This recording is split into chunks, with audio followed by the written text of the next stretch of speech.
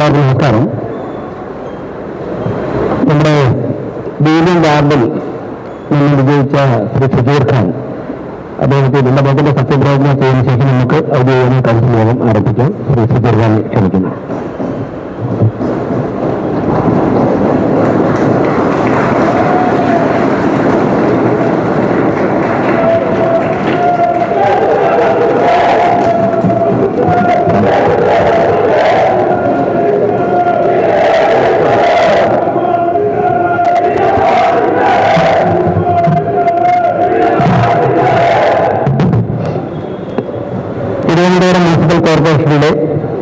Thiruvananthapuram municipal കോർപ്പറേഷനിലെ കൗൺസിലറായി തെരഞ്ഞെടുക്കപ്പെട്ട KH Sudheer Khan എന്ന ഞാൻ നിയമാനുസരണം നടപ്പാക്കിയ ഇന്ത്യൻ ഭരണഘടനയോട് യഥാർത്ഥമായ വിശ്വാസവും കൂറും പുലർത്തുമെന്നും ഭയാശങ്കയോ മമതയോ വാത്സല്യമോ വിദ്വേഷമോ കൂടാതെ ഞാൻ എൻ്റെ ഔദ്യോഗിക കർത്തവ്യങ്ങൾ യഥാവധിയായും വിശ്വസ്തയോടും എൻ്റെ പരമാവധി കഴിവും അറിവും വിവേചന ശക്തിയും ഉപയോഗിച്ചുകൊണ്ട് നിർവഹിക്കുമെന്ന് ദൈവനാമത്തിൽ സത്യപ്രതിജ്ഞ ചെയ്യുന്നു.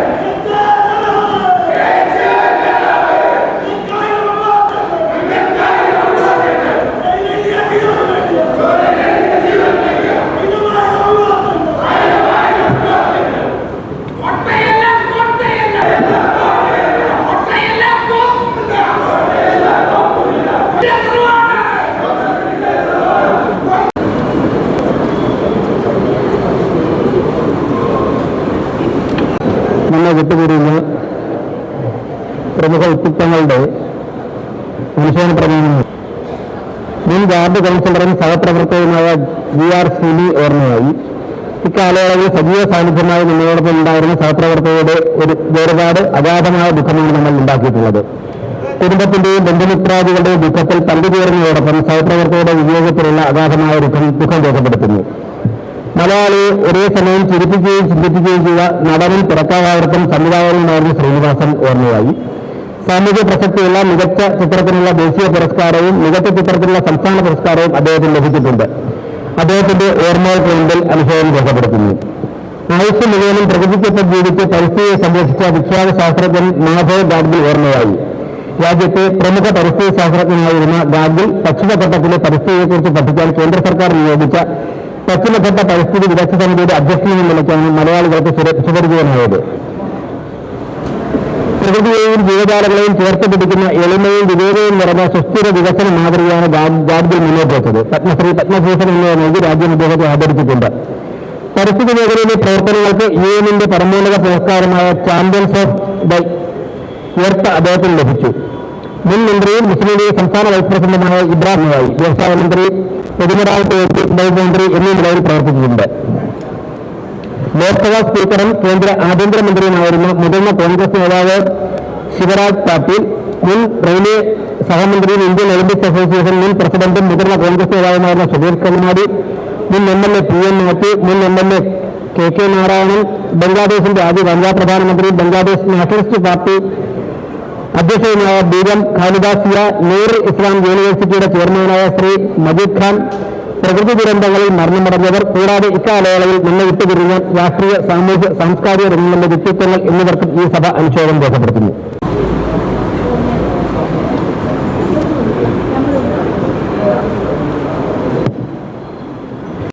തവണ നമ്മൾ ഒരുമിച്ച് യോഗം ചേർന്നെങ്കിലും കൃത്യമായ അജണ്ട വെച്ച് യോഗം ചേരുന്നത് 101 കൗൺസിലർമാരുടെ യോഗം ചേരുന്ന ആദ്യമായിട്ടാണ്.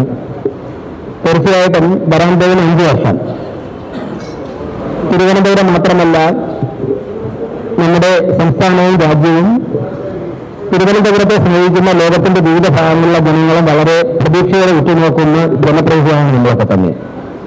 നിലനിലയ്ക്ക് തുടക്കത്തിൽ തന്നെ ആദ്യ ദിവസങ്ങളിൽ തന്നെ പറഞ്ഞിരുന്നു, നമ്മുടെ കോർപ്പറേഷനിലെ 101 വാർഡുകളെയും 8 യൂണിറ്റായി കണ്ടുകൊണ്ട് നാടിന് പ്രതീക്ഷ എഴുതുന്ന തരത്തിലുള്ള ഒരു പ്രവർത്തനമായിരിക്കണം ഈ 5 വർഷവും ഉണ്ടാകേണ്ടത് എന്നുള്ളതാണ് എന്റെ മനസ്സിലുള്ളത് എന്ന് പറഞ്ഞു. അതോടൊപ്പം തന്നെ ഏറ്റവും മുതിർന്ന പൊതുപ്രവർത്തകർ ഈ കൗൺസിലിലേക്ക് വിജയിച്ചെത്തിയിട്ടുണ്ട് എന്നുള്ളത് നമ്മുടെ പ്രവർത്തന മികവിന് ബോധം കൂട്ടും. തീർച്ചയായിട്ടും ജനാധിപത്യത്തിൽ ഒരു തിരുത്തൽ ശക്തി എന്നുള്ള നിലയ്ക്ക്, ഒരു കറക്റ്റീവ് ഫോഴ്സ് എന്നുള്ള നിലയ്ക്ക് പ്രതിപക്ഷത്തിന് ഏറെ പ്രാധാന്യം നൽകുന്നതാണ്, പ്രതിപക്ഷ ശബ്ദങ്ങൾക്ക് ഏറെ പ്രാധാന്യം നൽകുന്നതാണ് ഇന്ത്യൻ ജനാധിപത്യം. തീർച്ചയായിട്ടും ആരോഗ്യകരമായുള്ള ചലനാത്മകമായുള്ള ഒരു ജനാധിപത്യത്തിന് വിയോജിപ്പുകളും ആശയ സംവാദവും അത്യന്താപേക്ഷിതമാണ്. ആരോഗ്യകരമായിട്ടുള്ള സംവാദങ്ങൾ പ്രതീക്ഷിച്ചുകൊണ്ട് അതോടൊപ്പം തന്നെ നമ്മുടെ സാധാരണക്കാരായ ജനങ്ങളുടെ പലതവണ നമ്മൾ ചർച്ച ചെയ്തപ്പോൾ പറഞ്ഞതുപോലെ ഒരു വ്യക്തിയുടെ ജീവിതത്തിന്റെ ഓരോ നിമിഷത്തെയും ബാധിക്കുന്നതാണ് തദ്ദേശ സ്വയംഭരണ സ്ഥാപനങ്ങളുടെ പ്രവർത്തനം. ഓരോ നിമിഷവും ജനങ്ങളുടെ ഓരോരോ ആവശ്യങ്ങൾക്ക് നമ്മളെ ബന്ധപ്പെട്ടുകൊണ്ടേയിരിക്കും. അത് സുതാര്യമായി വളരെ ശക്തമായി നടത്തിയെടുക്കുക എന്നത് നമുക്ക് ഏവർക്കും സാധിക്കണം. അത്തരത്തിലുള്ള സഹകരണം പ്രതീക്ഷിച്ചുകൊണ്ട് ആദ്യത്തെ കൗൺസിലിൽ കടക്കുകയാണ്. കാര്യപരിപാടി വന്നത്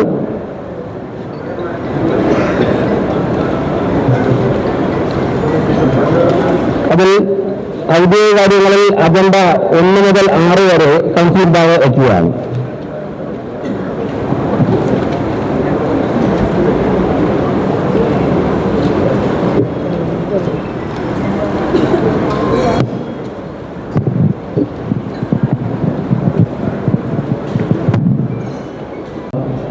നമസ്കാരം. ബഹുമാനപ്പെട്ട മേയർ ഔദ്യോഗിക കാര്യങ്ങൾ ഉൾപ്പെടുത്തി അവതരിപ്പിച്ച ഈ 6 അജണ്ടകളെ സംബന്ധിച്ചിടത്തോളം ഒരു വ്യക്തി, അതായത് സർക്കാർ ഉദ്യോഗസ്ഥനായി അല്ലെങ്കിൽ ഏതെങ്കിലും ഒരു മേഖലയിൽ അദ്ദേഹത്തിന്റെ ജീവിതത്തിന്റെ പ്രധാനപ്പെട്ട സമയം ഇവിടുത്തെ സേവനങ്ങൾക്ക് വേണ്ടിയിട്ട് ചെലവഴിച്ചിട്ട് പെൻഷൻ ലഭിക്കുക എന്ന് പറയുന്നത് അത് അവരുടെ ഒരു അവകാശമാണ്. അത് കാലാകാലങ്ങളിൽ ലഭിച്ചു വരുന്നതിനാണ്. പക്ഷേ ഈ വിഷയത്തെ സംബന്ധിച്ച് നമ്മൾ നോക്കുമ്പോൾ കാലാകാലങ്ങളായി നടന്നു വരുന്ന മറ്റൊരു കാര്യം കൂടി ഇതിനോടൊപ്പം ശ്രദ്ധിക്കേണ്ടതാണ്. ഈ പറയുന്ന വ്യക്തികൾക്കെല്ലാം പെൻഷൻ ആനുകൂല്യം ലഭിക്കണമെന്നുള്ള കാര്യത്തിൽ നമുക്ക് യാതൊരു തർക്കവുമില്ല. അവർക്ക് ലഭിക്കാൻ വേണ്ടിയിട്ടുള്ള ശ്രമങ്ങളും അവരുടെ ആ അവകാശത്തിന് വേണ്ടിയിട്ടുള്ള പിന്തുണയും നമ്മൾ ഈ അവസരത്തിൽ രേഖപ്പെടുത്തുക തന്നെയാണ്.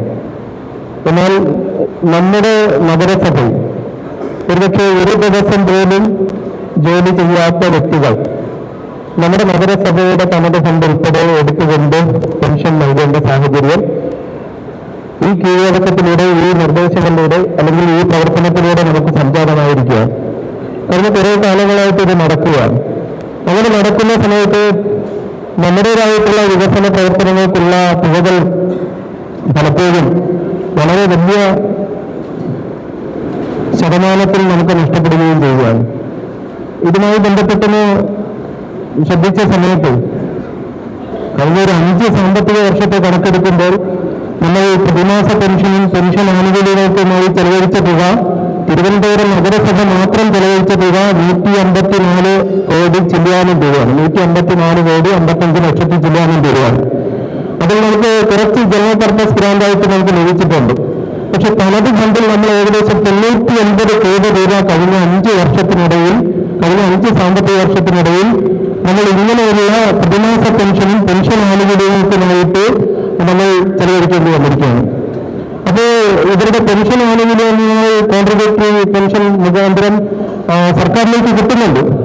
ഇപ്പൊ നമ്മൾ പരിശോധിക്കുമ്പോൾ നമ്മുടെ തിരുവനന്തപുരം നഗരസഭ ഉൾപ്പെടുന്ന തിരുവനന്തപുരം 6 കോർപ്പറേഷനുകളിൽ മാത്രമാണ് ആ കോർപ്പറേഷനുകൾ ഇത്തരത്തിൽ പെൻഷൻ നൽകേണ്ടി വരുന്നത്. ബാക്കി പഞ്ചായത്തുകൾക്കെല്ലാം തന്നെ സർക്കാരാണ് പെൻഷൻ നൽകുന്നത്. അപ്പോൾ അതിനുള്ള വ്യവസ്ഥകൾ അവർ പാലിച്ചിട്ടുണ്ട്. പക്ഷെ ഇവിടെ നമുക്ക് തനത് ഫണ്ടിൽ നമുക്ക് ഏകദേശം 99 കോടി രൂപ കഴിഞ്ഞ 5 വർഷത്തെ കണക്ക് മാത്രമാണ് ഞാൻ ഇവിടെ സൂചിപ്പിച്ചത്. അപ്പൊ അത് നമുക്ക് വലിയൊരു സാമ്പത്തികമായിട്ടുള്ള ഒരു ബാധ്യത നമുക്ക് ഉണ്ടാക്കുന്നുണ്ട്. ഇതുമായി ബന്ധപ്പെട്ട് നമുക്ക് കിട്ടേണ്ട തുക അതായത് സമയങ്ങളിൽ നമുക്ക് ബഹുമാനപ്പെട്ട കേരള സർക്കാരിൽ നിന്ന് ലഭിച്ചിട്ടുമില്ല. അപ്പോൾ നമ്മുടെ നഗരസഭയിൽ ജോലി എടുക്കുന്ന ജീവനക്കാർക്ക് നമ്മളുടെ പെൻഷൻ തുക നമ്മൾ ഇവിടെ നിന്ന് ചെലവഴിക്കുന്നതിനെ കുറിച്ച് നമുക്ക് യാതൊരു തർക്കവുമില്ല. അതുപോലെ തന്നെ മറ്റ് സ്ഥാപനങ്ങളിൽ പ്രവർത്തിച്ചവർക്കും പെൻഷൻ കിട്ടണം. അതിനു വേണ്ടിയിട്ടുള്ള പിന്തുണയും നമ്മൾ രേഖപ്പെടുത്തുകയാണ്. പക്ഷേ ഇതിന്റെ മറ്റ് സാധ്യതകൾ ബഹുമാനപ്പെട്ട കൗൺസിൽ അംഗങ്ങളുടെ പിന്തുണയോടുകൂടി ബഹുമാനപ്പെട്ട മേയർ മുൻകൈ എടുത്തുകൊണ്ട് ബഹുമാനപ്പെട്ട സെക്രട്ടറിയുടെയൊക്കെ ഉപദേശമൊക്കെ സ്വീകരിച്ചുകൊണ്ട് ഇതിനെന്തെങ്കിലും ഒരു മാറ്റം വരുത്താൻ പറ്റുക. നമ്മുടെ തനത് ഫണ്ടിൽ നിന്ന് ഇത്രയേറെ തുക ഇങ്ങനെ ഒരു കാര്യത്തിന് വേണ്ടി ചെലവഴിക്കേണ്ടി വരുന്നു. ഒരു ദിവസം പോലും നമ്മുടെ നഗരസഭയിൽ ജോലി ചെയ്യാത്ത ആളാണെങ്കിലും അവർക്ക് പെൻഷൻ ആനുകൂല്യം നിലനിർത്തിക്കൊണ്ട് തന്നെ നമ്മളിൽ നിന്ന് ഈ സാമ്പത്തിക ബാധ്യത മാറ്റുന്നതിന് വേണ്ടിയിട്ടുള്ള സാധ്യതകളെ കുറിച്ച് എന്നും ബഹുമാനപ്പെട്ട കൗൺസിൽ മുമ്പാകെ ഒരു കൗൺസിൽ അംഗമെന്ന രീതിയിൽ ഞാൻ ഈ അവസരത്തിൽ ഈ വിഷയത്തിൽ ഈ അജണ്ടകളിൽ രേഖപ്പെടുത്തുകയാണ്. പോളിസിയുടെ ഭാഗമാണത്. സ്വാഭാവികമായിട്ട് നമുക്കതിൽ നേരിട്ടതായ പരിമിതിയുണ്ട്. എന്തായാലും കൗൺസിൽ ആ വിഷയം ഉന്നസിപ്പിച്ച് ഗവൺമെന്റ് ഇറങ്ങി കിട്ടുന്ന അവസരങ്ങളിൽ ആ വിഷയം കൊടുത്താം. അടുത്ത 2 സപ്ലിമെന്ററി അജണ്ട ഉണ്ട്. കോപ്പികൾ കിട്ടുകയാണെന്ന് വിശ്വസിക്കുന്നു. വികസനകാര്യ സമിതിയുമായി ബന്ധപ്പെട്ടാണ് ചെയർമാൻ വിഷയം അവതരിപ്പിക്കുന്നത്. അദ്ദേഹം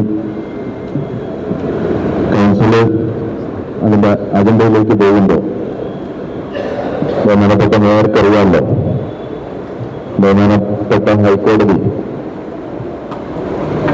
WPC 150/2006 എന്ന കേസ് നിലവിൽ വന്നിട്ടുണ്ട്.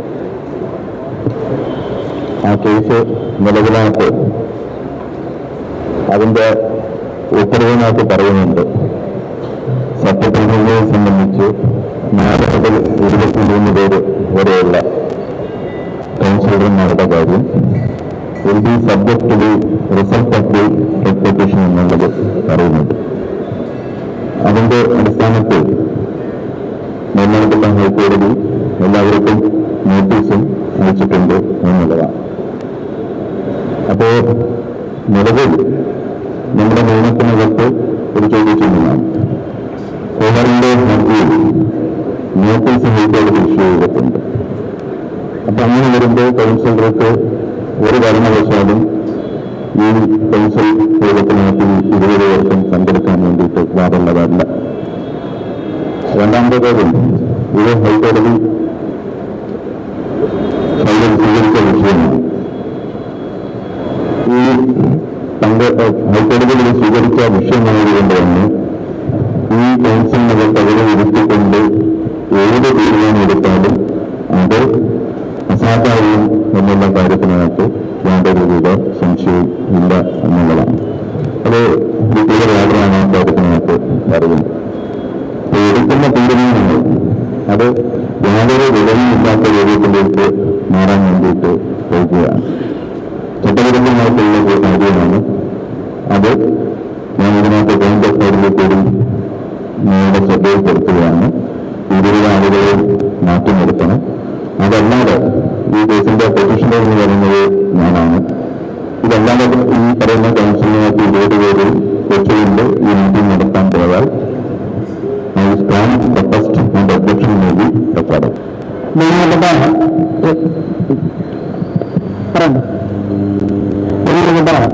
SP ദീപക് മെമ്പർ പറഞ്ഞു വ്യക്തമായിട്ട് ഗൗരവമായിട്ടാണ് ഞാൻ കേട്ടത്. എന്നാൽ നമുക്കറിയാം, ബഹുമാനപ്പെട്ട ജില്ലാ ഭരണാധികാരിയുടെ ഭാഗത്തു നിന്ന്, ബഹുമാനപ്പെട്ട കേരള ഹൈക്കോടതിയുടെ ഭാഗത്തു നിന്ന് ആവശ്യപ്പെട്ട തരത്തിലുള്ള ഒരു ഉത്തരവും രേഖാമൂലമോ വാക്കാലോ മേയർക്ക് കോർപ്പറേഷൻ സെക്രട്ടറിയെ കിട്ടാത്ത സാഹചര്യത്തിൽ അത്തരത്തിലേക്ക് ഒരു ചിന്ത പോലും നടത്താൻ സാധ്യതയുണ്ടാകുന്നത് ബഹുമാനപരമായി ഇത് അറിയിക്കുകയാണ്. അത് തെറ്റാണ്. കാര്യം നോട്ടീസ് കോർപ്പറേഷൻ കൈപ്പറ്റിയിട്ടുണ്ട്. നിങ്ങളെ സ്റ്റാൻഡിംഗ് കൗൺസിൽ ആ നോട്ടീസ് കൈപ്പറ്റിയിട്ടുണ്ട്. That means you have the notice. മാറ്റി നടത്തണം എന്നൊരാവശ്യം നിങ്ങളുടെ രേഖാമൂലങ്ങൾ വന്നിട്ടുള്ള കാര്യങ്ങൾ ഉപയോഗിച്ചത്. അതുകൊണ്ട് തന്നെ അക്കാര്യങ്ങൾ തീരുമാനമെടുക്കാൻ സാധിക്കില്ല.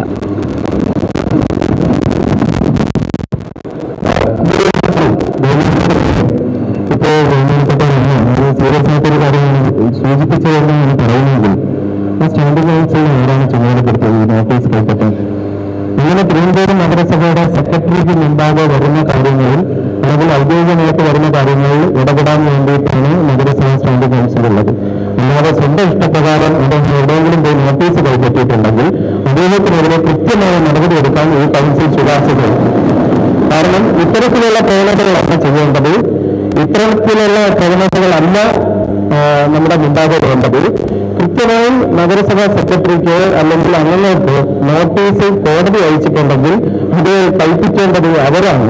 സ്റ്റാൻഡിംഗ് കൗൺസിൽ എന്ന രീതിയിൽ അദ്ദേഹത്തിന് എങ്ങനെയാണ് ഇത് കിട്ടിയെന്നുള്ള കൃത്യമായ അന്വേഷണം, അത് മാത്രമല്ല അത് ബഹുമാനപ്പെട്ട അംഗത്തിന് എങ്ങനെയാണ് മനസ്സിലായെന്നുള്ളത് ഉൾപ്പെടെ പരിശോധിക്കേണ്ടതാണ്. അങ്ങനെ ആ സ്റ്റാൻഡിംഗ് കമ്മിറ്റി കൗൺസിൽ ബഹുമാനപ്പെട്ട ഈ അംഗത്തിനോട് പറഞ്ഞിട്ടുണ്ടെങ്കിൽ അത് അദ്ദേഹം നഗരസഭയുടെ ഔദ്യോഗികമായിട്ടുള്ള ആരെയും അറിയിക്കാതെ ഒരു വ്യക്തിപരമായിട്ട് ഒരു അംഗത്തിനെ മാത്രം വിളിച്ചറിയിച്ചിട്ടുണ്ടെങ്കിൽ അതും ഒന്ന് പരിശോധിക്കേണ്ടതാണ്. അത് സ്റ്റാൻഡിംഗ് കൗൺസിൽ എന്ന രീതിയിൽ യഥാർത്ഥത്തിൽ ഔദ്യോഗികമായിട്ട് തുടരാൻ യോഗ്യനാണോ എന്നുള്ള കാര്യം കൂടി പരിശോധിക്കേണ്ടതാണെന്ന് ഈ അവസരത്തിൽ രേഖപ്പെടുത്തുകയാണ്. ഇത് ഞങ്ങൾ പെറ്റീഷനുണ്ട്, അതുകൊണ്ട് ഈ കാര്യം അറിയുന്നതിനെ സംബന്ധിച്ച് ഒരു പെറ്റീഷൻ്റെ എന്നുള്ള രൂപത്തിൽ എനിക്ക് ഈ കാര്യങ്ങൾ അറിയുന്നതിനകത്ത് ഒരു നിയമ തടസ്സവുമില്ല. രണ്ട്, സ്റ്റാൻഡിംഗ് കൗൺസിൽ എന്ന് പറയുന്നത് കോർപ്പറേഷന്റെ സ്റ്റാൻഡിംഗ് കൗൺസിലാണ്. ബഹുമാനപ്പെട്ട അംഗങ്ങൾക്ക് അറിയാവുന്നതുപോലെയും ബഹുമാനപ്പെട്ട മേയർക്ക് അറിയാവുന്നതുപോലെ തന്നെ സ്റ്റാൻഡിംഗ് കൗൺസിൽ ഈ കോർപ്പറേഷനാണ് വെച്ചിട്ടുള്ളത്. ആ സ്റ്റാൻഡിംഗ് കൗൺസിൽ ഒരു റിട്ട് പെറ്റീഷൻ വരുമ്പോഴത്തേക്ക് നോട്ടീസ് കൈപ്പറ്റുക എന്ന് പറയുന്നത് സ്റ്റാൻഡിംഗ് കൗൺസിലിന്റെ ചുമതലയാണ്. ഹൈക്കോടതിയിലെ ഗവൺമെന്റിന്റെ എതിരെ ഒരു കേസ് വന്നാൽ ഗവൺമെന്റ് വെച്ചിരിക്കുന്ന സ്റ്റാൻഡിംഗ് കൗൺസിൽ ആ നോട്ടീസ് കൈപ്പറ്റും എന്നുള്ള കാര്യത്തിനകത്ത് സംശയമില്ല. രണ്ട്, ഗവൺമെന്റിന്റെ ഭാഗത്ത് നിന്ന് ഇതിനകത്ത് ബഹുമാനപ്പെട്ട കളക്ടർ ഉൾപ്പെടെയുള്ളവർക്ക് നോട്ടീസ് കൈപ്പറ്റിയിട്ടുണ്ട്. 20 പേർക്കും ഒരു പെറ്റീഷൻ എന്നുള്ള രൂപത്തിൽ എന്റെ പെറ്റീഷനെ തുടർന്ന് ഹൈക്കോടതിയാണ് സമൻസ് നോട്ടീസും സർവ് ചെയ്തിരിക്കുന്നത്. അതുകൊണ്ട് ഈ കാര്യത്തിനകത്ത് നിയമപരമായി ഒരു അഭിഭാഷകൻ എന്നുള്ള രൂപത്തിൽ ബഹുമാനപ്പെട്ട മേയർക്കത് നല്ലതുപോലെ അറിയാതിരിക്കുമെന്നുള്ളതാണ് ഇതിനകത്തെ പ്രശ്നം. അതായത് ഈ കാര്യത്തെ സംബന്ധിച്ച് വ്യക്തമായി മനസ്സിലാക്കിക്കൊണ്ട് വേണം ഈ കാര്യങ്ങൾ ചെയ്യാനായിട്ട്. ഞാൻ ഒരു പെറ്റീഷൻ എന്നുള്ള രൂപത്തിൽ ഒരു ഹൈക്കോടതിയിൽ നിന്ന് വന്നിരിക്കുന്ന ഒരു വിധി അത് ജനം മുഴുവൻ അറിഞ്ഞതാണ്. ഈ നാട്ടിലെ മാധ്യമങ്ങൾ മുഴുവൻ വെച്ച് ആ മാധ്യമങ്ങൾ മുഴുവൻ എല്ലാ മാധ്യമങ്ങളിൽ കൂടിയും ഈ കോർപ്പറേഷനെതിരെ ഇങ്ങനെ 20 പേരെ സംബന്ധിച്ചുള്ള കേസ് പെറ്റീഷൻ വന്നു എന്നുള്ളതിനെ സംബന്ധിച്ചൊക്കെ എല്ലാവർക്കും അറിയാവുന്ന കാര്യമാണ്. അത് അറിയാതെ ഈ കാര്യങ്ങൾ പോവുകയാണെന്നുണ്ടെങ്കിൽ എനിക്ക് ഇത്രയേ പറയാനുള്ളൂ. ഇതിനകത്ത് എന്റെ പ്രൊട്ടസ്റ്റും അതുപോലെ തന്നെ എന്റെ ഒബ്ജക്ഷനും ഇതിനകത്ത് വീണ്ടും കൗൺസിൽ മീറ്റിംഗ് നടത്തിക്കൊണ്ടിരിക്കുന്നതിനകത്ത് റെക്കോർഡ് ചെയ്യണമെന്നുള്ളത് മാത്രമാണ് ഞാൻ ഈ കാര്യത്തിനകത്ത് നോട്ട് ചെയ്തിട്ടുണ്ട്.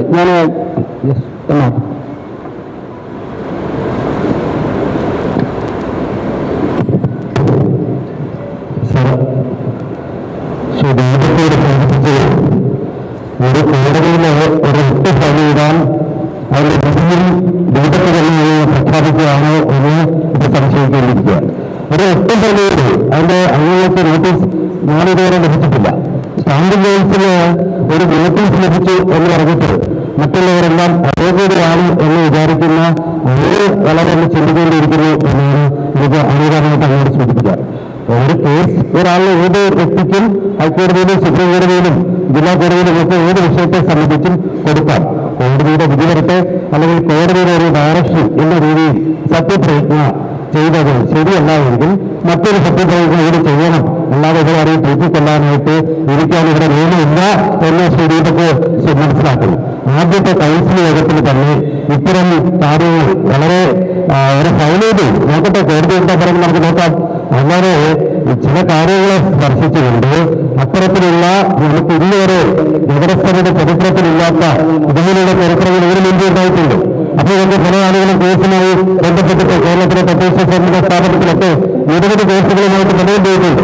ആ കേസുകൾക്കൊക്കെ തന്നെ തീർപ്പ് കൽപ്പിച്ചിട്ടുണ്ട്. ആ തീർപ്പുകളൊന്നും തന്നെ ആ നിലവിലുള്ള സത്യപ്രതിജ്ഞ കഴിഞ്ഞ ശേഷമില്ല അവരെ അയോഗ്യമാക്കിക്കൊണ്ടുള്ള ഒരു ചരിത്രവും തിരുവനന്തപുരത്തോ അല്ലെങ്കിൽ കേരളത്തിലെ ഹൈക്കോടതിയുടെ ചരിത്രത്തിലോ ഇല്ല. അതുകൊണ്ട് തന്നെ ഇത് അങ്ങനെ ഒരു നോട്ടീസ് കിട്ടട്ടെ, നമ്മൾ അതിന് ഹൈക്കോടതിയിൽ മറുപടി കൊടുത്ത് അവർ വേണ്ട നടപടികൾ സ്വീകരിച്ചത്. ഹൈക്കോടതിയുടെ സ്റ്റാൻഡിംഗ് കൗൺസിൽ ആരാണ് ചുമതലപ്പെടുത്തിയതെന്നൊക്കെ ചോദിക്കുന്നതായിട്ട് അദ്ദേഹം ജനപ്രതിനിധി ആയതിനോടൊപ്പം അഭിഭാഷകൻ കൂടിയാണ്. നിലവിൽ നമ്മൾ കോടതികളിൽ ഏത് കേസ് ഫയൽ ചെയ്താലും ഒരു ബന്ധപ്പെട്ട സ്ഥാപനത്തിന്റെ അഭിഭാഷകനെ നേരത്തെ ചുമതലപ്പെടുത്തിയിട്ടുണ്ടെങ്കിൽ അവർക്ക് കോപ്പി കൊടുത്തു കഴിഞ്ഞു തന്നെയാണ് കേസ് ഫയൽ ചെയ്യാറ്. അതിന് ഉത്തരവ് വന്നപ്പോൾ സ്വാഭാവികമായും തിരുവനന്തപുരം കോർപ്പറേഷന് ആ വിഷയത്തെക്കുറിച്ച് അറിവുണ്ടായി. വ്യക്തിപരമായ ഓരോരുത്തർക്കും അതിന്റെ നോട്ടീസ് ചെയ്തിട്ടുള്ളത് മറ്റൊരു വിഷയം. പക്ഷെ തിരുവനന്തപുരം കോർപ്പറേഷന് അത് സംബന്ധമായി ലഭിച്ചിട്ടുണ്ട്, അല്ലെങ്കിൽ സ്റ്റാൻഡിംഗ് കൗൺസിൽ കൈപ്പറ്റി ബഹുമാനപ്പെട്ട സെക്രട്ടറിയും താഴേക്കും കൊടുത്തിട്ടുണ്ടാകും. അത്തരത്തിലൊരു വിഷയത്തിൽ ഇങ്ങനെയൊക്കെ മറുപടി പറഞ്ഞുകൊണ്ട് കരഘോഷമൊക്കെ അന്ന് ഈ പറഞ്ഞ സത്യപ്രതിജ്ഞ കഴിഞ്ഞ് വീണ്ടുമുള്ള സമയത്ത് തന്നെ ഇത് സൂചിപ്പിച്ചിരുന്നു. ഇവിടെ പല നഗരസഭകളിലും പഞ്ചായത്തിലും ഒക്കെ നടന്ന കാര്യങ്ങളെ കുറിച്ച് സൂചിപ്പിച്ചു. ആരും ഇവിടെ അയോഗ്യരായിരുന്നു എന്നല്ല ഇവിടെ സൂചിപ്പിച്ചത്. നിയമപരമായി മുനിസിപ്പാലിറ്റി ആക്ട് അനുസരിച്ച് ഓത്ത് റൂൾസ് അനുസരിച്ച് ഒരാൾ എടുക്കേണ്ട സത്യപ്രതിജ്ഞയിൽ ലംഘനമുണ്ടായി. സ്വാഭാവികമായി അന്നത് സൂചിപ്പിച്ചപ്പോൾ അന്ന് അവരുടെ കളക്ടർ പറഞ്ഞു നിങ്ങൾ കോടതിയെ സമീപിക്കാൻ. കോടതിയെ സമീപിച്ചു. കോടതിയിൽ ഉണ്ടായ ആദ്യത്തെ പ്രൈമ ഫേസി ഓർഡറാണ് ഇവിടെ, ഇന്റർവ്യൂ ഓർഡറാണ് ഇവിടെ സൂചിപ്പിച്ചത്. അതിന് ഇത്രയും വലിയ സംസാരം നടത്തേണ്ട ആവശ്യമില്ല. അത് സൂചിപ്പിച്ചതും അത് ഇവിടുത്തെ കോർപ്പറേഷൻ അറിവുണ്ടായതുമൊക്കെ ബോധ്യമുള്ള കാര്യങ്ങളാണ്. അപ്പൊ അത്തരത്തിലൊക്കെ പറഞ്ഞ് ഇങ്ങനെ പറയുന്ന കാര്യങ്ങളെ മുന്നോടിക്കാമെന്നുള്ളതല്ല, നിയമപരമായി ചെയ്യേണ്ട കാര്യങ്ങൾ ചെയ്യണമെന്നാണ് ഒരു കൗൺസിൽ അംഗങ്ങൾ എന്നുള്ള രീതിയിൽ ഞങ്ങൾ ആ വിഷയം സൂചിപ്പിച്ചത്. അടുത്ത് ഇതിന്റെ അഭിപ്രായം പറഞ്ഞ് പഠിച്ചതിലേക്ക് സമയം ഇടപെടുന്നത് നിയമപരമായിട്ടുള്ള ഒരു പ്രശ്നമാണ്, അല്ലാതെ ആരെയും തെറ്റിക്കൊല്ലാൻ വേണ്ടിയിട്ടൊന്നുമല്ല ഞാൻ ഈ കാര്യത്തിനകത്ത് ഇടപെടുന്നത്. അങ്ങനെ തെറ്റിദ്ധരിക്കരുത്. ഞാൻ ഈ ഉത്തരവാണ് വായിക്കുന്നത്. പ്രൈമ ഫേസ്, അതായത് PB കുഞ്ഞികൃഷ്ണൻ സാർ ജഡ്ജിയുടെ ഓർഡറാണ്, എന്റെ ഓർഡർ അല്ല. Prima facie I am of the opinion that an arguable case is made by the petitioner. Therefore, the petition is submitted. Right? അത് രണ്ടാമത്തെ കാര്യം. The Lord Council for the State Election Commission take notice for the first respondent. State Election Commission notice എടുത്തിട്ടുണ്ട്. The Land Council pleader takes notice for the respondent number 2 and 24. രണ്ടും 24 notice എടുത്തിട്ടുണ്ട്. The Standing Council for the Corporation take notice for the third respondent. അതും എടുത്തിട്ടുണ്ട് standing counsel. Issue urgent notice to respondent 4 to 23. The oath taken by the respondent number 4 to 23 will be subject to the result of the execution. ആ ബഹുമാനപ്പെട്ട judge അവിടെ നടത്തിയിട്ടുള്ള comment ഞാൻ ഈ വേദിയിൽ അത് ഉപയോഗിക്കുന്നില്ല. പക്ഷെ വളരെ സീരിയസ് ആയിട്ടുള്ള ചട്ടലംഘനമാണ് ഈ നടന്നിട്ടുള്ളത്. ആ ചട്ടലംഘനം ഫൈൻഡ് ഔട്ട് ചെയ്യാനും അത് തിരുത്തണമെന്നുള്ള കാര്യത്തിനകത്ത് യാതൊരുവിധ സംശയമില്ല. അതല്ലാതെ ഇതിന്റെ ആദ്യത്തെ യോഗത്തിനകത്തത് വളരെ സീരിയസ് ആയിട്ട് തന്നെ ഞാൻ ഈ കാര്യങ്ങൾ പിന്നെ ഇതിന് മുമ്പ് തന്നെ പിന്നെ പറഞ്ഞതാണ്, രേഖാമൂലം കൊടുത്തിട്ടുള്ളതാണ്. ഇതൊരു വളരെ സീരിയസ് ആയിട്ടുള്ള കാര്യങ്ങളാണ്. ഇതിനെ കണക്ട് ചെയ്തിട്ട് സുപ്രീം കോടതിയിലും ഹൈക്കോടതിയിലും എല്ലാം നിരവധി കേസുകൾ ഈ കാര്യത്തെ സംബന്ധിച്ച് വന്നിട്ടുള്ളതാണ്. അതുകൊണ്ട് ക്ലിയർ കേസാണ്. അത് എന്റെ ഒരു വ്യക്തിപരമായിട്ടുള്ള കാര്യമല്ല. ഇവിടെ നിയമലംഘനമായിട്ടുള്ള ഒരു കാര്യം നടക്കുമ്പോൾ അത് പോയിന്റ് ഔട്ട് ചെയ്യുക എന്നുള്ളത് ഉത്തരവാദിത്തമാണെന്നുള്ളത് കൊണ്ടാണ് ആ കാര്യത്തെ സംബന്ധിച്ച് ഈ പോയിന്റ് ഔട്ട് ചെയ്യുന്നത്. ശരി, നമുക്ക് നല്ല അഭിപ്രായം പറയാം. വികസന ബന്ധപ്പെട്ട് പ്രധാനപ്പെട്ട കാര്യം ആദ്യത്തെ കൗൺസിലുമായി ബന്ധപ്പെട്ട് വേണ്ടി പറയുകയാണ്. ഇതാണ് അല്ല ഒരു മിനിറ്റ്, ഈ വിഷയമായിട്ട് ബന്ധപ്പെട്ട് ഇതാണ് അത് ഈ വിഷയമാണ്, വേറൊരു വിഷയമാണ്. അല്ല അങ്ങനെ ഇത് കൺസിഡർ ചെയ്തിട്ട് അല്ല, ഈ കൊടുക്കണം, വിശദീകരിക്കാൻ ആവശ്യപ്പെടണം. പിന്നെ വേറൊരു കാര്യം, പലയിടത്തും ഇത്തരത്തിലുള്ള പ്രശ്നങ്ങൾ ഉണ്ടായിട്ടുണ്ട്. അപ്പൊ ഇതിനകത്ത് കോടതി പറയുന്ന നിയമപരമായിട്ടുള്ള കാര്യങ്ങളായിട്ട് സ്റ്റാൻഡ് ചെയ്യണമെന്നുള്ള അഭിപ്രായമാണ് ഇതിലുള്ളത്. ഇതിനിപ്പോ ഇതൊന്ന് വ്യത്യസ്തമായ സമയത്തുള്ള അഭിപ്രായം പറയാൻ സാധിക്കുമെന്ന് വിശ്വസിക്കുന്നു. അടുത്ത വിഷയത്തിൽ പോകേണ്ടതുണ്ട്.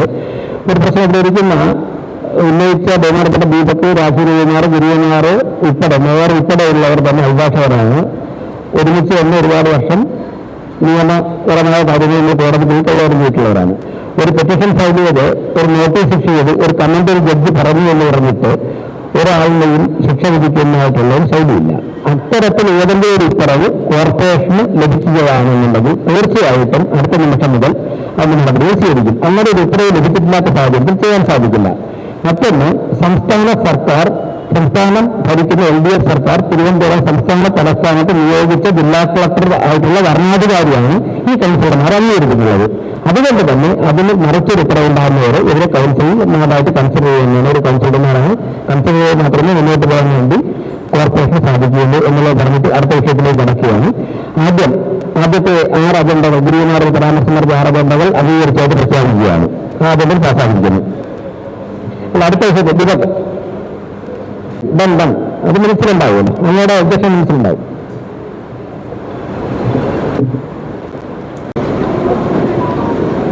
ബഹുമാനപ്പെട്ട മേയറും മന്ത്രി കൃഷ്ണൻകുട്ടിയുടെ പേരിൽ സത്യപ്രതിജ്ഞ ചെയ്തുകൊണ്ട്, ഉമ്മൻചാണ്ടിയുടെ പേരിൽ സത്യപ്രതിജ്ഞ ചെയ്തുകൊണ്ട് അതിനെക്കുറിച്ച് പറയുന്നില്ല. വികസനകാര്യ സ്റ്റാൻഡിംഗ് കമ്മിറ്റി പാസാക്കിയ പാസാക്കുവാൻ വേണ്ടി 1ഉം 2ഉം അജണ്ടകൾ സഭയുടെ മുന്നിൽ വയ്ക്കുന്നു. ഞാൻ ഒന്നും പറഞ്ഞില്ല, ഞാൻ എന്റെ തുറന്നില്ലപ്പാ, എന്തിനു വെറുതെ ആവശ്യമില്ലാതെ ഞാനൊന്ന് സൂചിപ്പിച്ചെന്നേ ഉള്ളൂ, വേറെ ഒന്നുമില്ല, ഒന്ന് സൂചിപ്പിച്ചു. കൃഷ്ണൻകുട്ടിയുടെ പേരിൽ സത്യപ്രതിജ്ഞ ചെയ്തിട്ടുണ്ട് കേരളത്തില്, ഉമ്മൻചാണ്ടിയുടെ പേര് ചെയ്തിട്ടുണ്ട് അത് കേരളത്തില്. അത് പറഞ്ഞിട്ടേ ഉള്ളൂ, അത് കൂടുതലൊന്നും പറയേണ്ട ആവശ്യമില്ല. പരിശോധിക്കണം, പരിശോധിക്കുന്നോളൂ. പോട്ടെ, കേസ് കിട്ടും. നമ്മളത് ആ ചർച്ചയിലേക്ക് ഞാൻ പങ്കെടുക്കാൻ ആഗ്രഹിക്കുന്നില്ല. 1ഉം 2ഉം അജണ്ടകൾ പാസാക്കട്ടെ.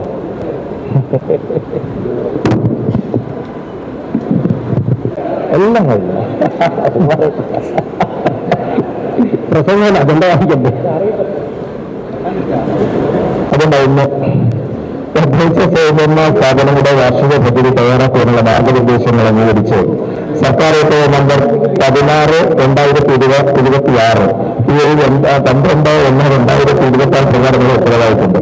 അതനുസരിച്ച് തിരുവനന്തപുരം നഗരസഭയുടെ 2026-27 വാർഷിക പദ്ധതികൾ തയ്യാറാക്കാനുള്ള പ്രവർത്തനങ്ങൾ ആരംഭിക്കുന്നതിന് നിർദ്ദേശിച്ചിട്ടുണ്ട്. വാർഷിക പദ്ധതികൾ ഭവന പദ്ധതി, അതിദാരിദ്ര്യ നിർമ്മാർജ്ജനം, ദാരിദ്ര്യ പരിചരണം പ്രവർത്തനങ്ങൾ, പ്രാദേശിക സാമ്പത്തിക വികസനം, തൊഴിലവസരങ്ങൾ സൃഷ്ടിക്കലും, അതുപോലെ തന്നെ ഉത്പാദനം വർദ്ധിപ്പിക്കൽ, സമുദ്രജല വിഭവ പരിപാലനം, കാലാവസ്ഥാ മാറ്റത്തെ അതിജീവിച്ചുകൊണ്ടുള്ള പ്രോജക്ടുകൾ, പട്ടികജാതി പട്ടികവർഗങ്ങളുടെ വികസനം, അതിനുമേൽ ഡെത്ത് കൺട്രോൾ പ്രോഗ്രാം, തൊഴിലുറപ്പുകൾ, ഭൗതിക സൗകര്യങ്ങൾ സൃഷ്ടികൾ, ശാരീരിക മാനസിക വെല്ലുവിളികൾ നേരിടുന്ന സ്കോളർഷിപ്പുകളും ശുദ്ധി പഠനം പ്രോജക്ട്, അംഗനവാടികൾ മെച്ചപ്പെടുത്തൽ, പൊതുവിദ്യാഭ്യാസം, ആരോഗ്യ സ്ഥാപനങ്ങൾ, DG കേരളം, കായികം,